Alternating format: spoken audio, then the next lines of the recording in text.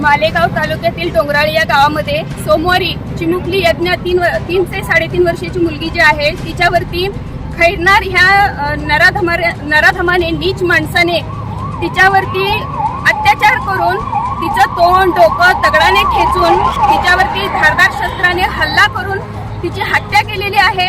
त्याचं कारण म्हणजे फक्त तिच्या वडिलांसोबत झालेलं किरकोळ भांडण होतं। एवढ्या छोट्याशा कारणासाठी त्या छोट्या मुलीला त्यांनी चॉकलेटचा आमिष दाखवून घेऊन गेला आणि तिची हत्या केली।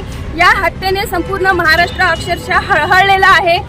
ह्या यज्ञासारख्या छोट्या छोट्या मुलींचा बळी जायचं कधी थांबणार आहे माहिती नाहीये। या महाराष्ट्रामध्ये वारंवार फक्त हत्या होत आहेत, लहान निष्पाप मुलींचा बळी जात आहे, जीव जात आहे, परंतु ह्या शासनाला जाग येत नाहीये।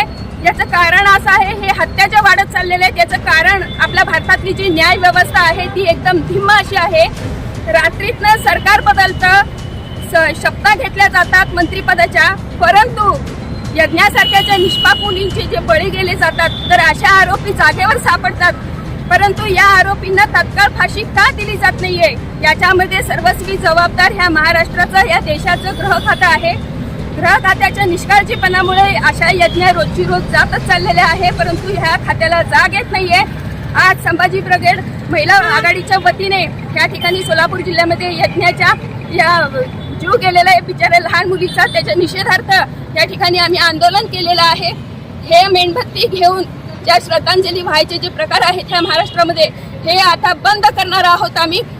आमची मागणी आहे की जो आरोपी जागेवरती सापडते त्याचा गुन्हा सिद्ध झालेला असतो, अशा आरोपीला एकतर त्या पीडित कुटुंबाच्या हातामध्ये द्यावं, पीडित कुटुंब काय त्याला न्याय द्यायचा आहे ती देईल, अथवा जागेवरती जर फाशी द्यायची असेल तर फाशी द्या, नाहीतर महिलांच्या स्वाधीन करा। हे कॅन्डल मार्च घेऊन जायचे जे प्रकार आहे हा आता इथून पुढे महाराष्ट्रामध्ये खपून घेतला जाणार नाही, बंद केला जाईल।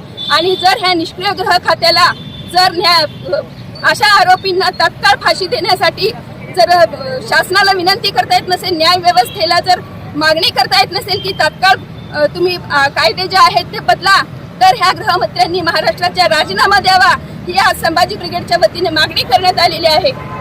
कशा पद्धतीचं आंदोलन करण्यात आलं आज काय? तो जो खैरनार म्हणून जो नराधम आहे त्याच्या बॅनरला, त्याच्या फोटोला आम्ही दगड घालून त्यांनी जे छोटी यज्ञ आहे तिचं ज्या पद्धतीनं तोंड डोकं ठेचून काढलेलं आहे दगडानं, त्या पद्धतीनं आम्ही सुद्धा महिलांनी त्याचं तोंड डोकं ठेचून काढलंय आणि त्याचं तोंड या ठिकाणी जाळून टाकलेलं आहे।